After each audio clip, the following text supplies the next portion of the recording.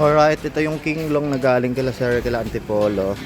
Yan. Sir, shoutout sa kay Sir, yan, taga Antipolo. Ayan.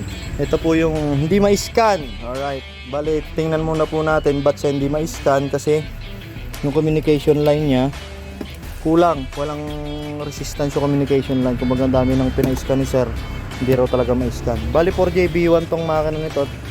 Yan. Simple lang naman yung engine niya. Pero ang nagtataka si Sir, di mawala yung check engine.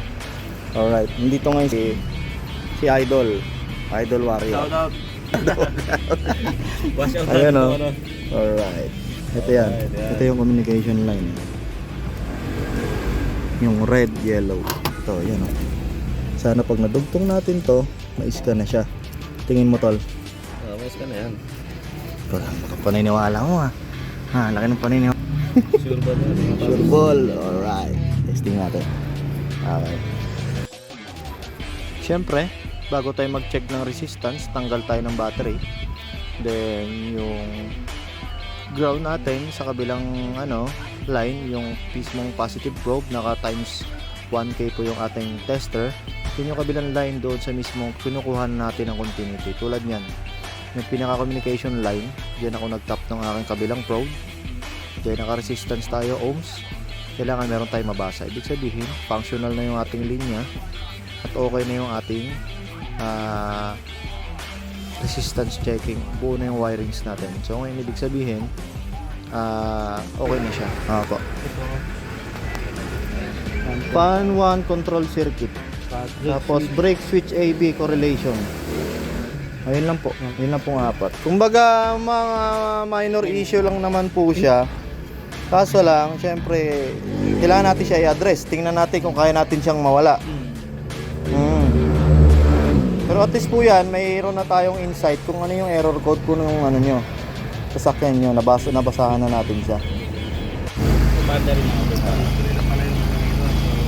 Pero yon, read fault code natin siya, generic tayo, no fault na siya, then wala na rin siyang check engine. Try natin i-restart yung makina, restart natin, then on natin siya ngayon. Ayan. Oy, nawala agad eh, oh. Nabubura siya agad. Di ba? Galing talaga ni Idol, oh. Idol. Chumamba na naman. Yung tawag doon, yung test, yung tawag doon. Ano po? Para malaman natin kung okay yung tawag doon. Yung live test. Live data po.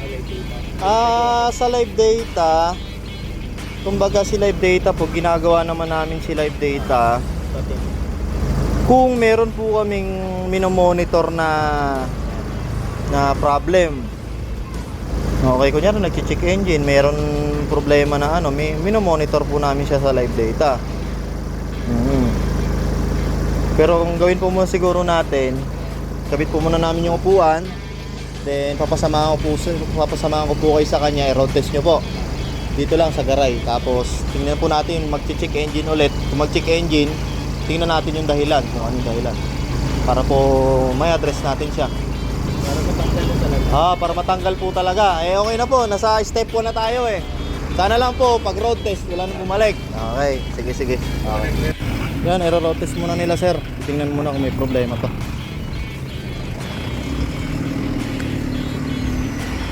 Alright. Sana wala na.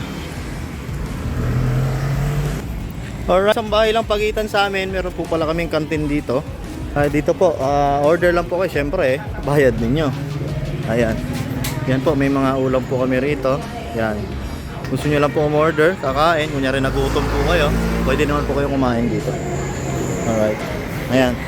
Mga soft drinks din po kami ron. Ayan. Ulutong ulam, silog meals. Ayan, pwede po tayo magpaluto. Alright. Yan, sulit po yung biyahe nila sir. Sulit po yung biyahe nila. Thank you ma'am.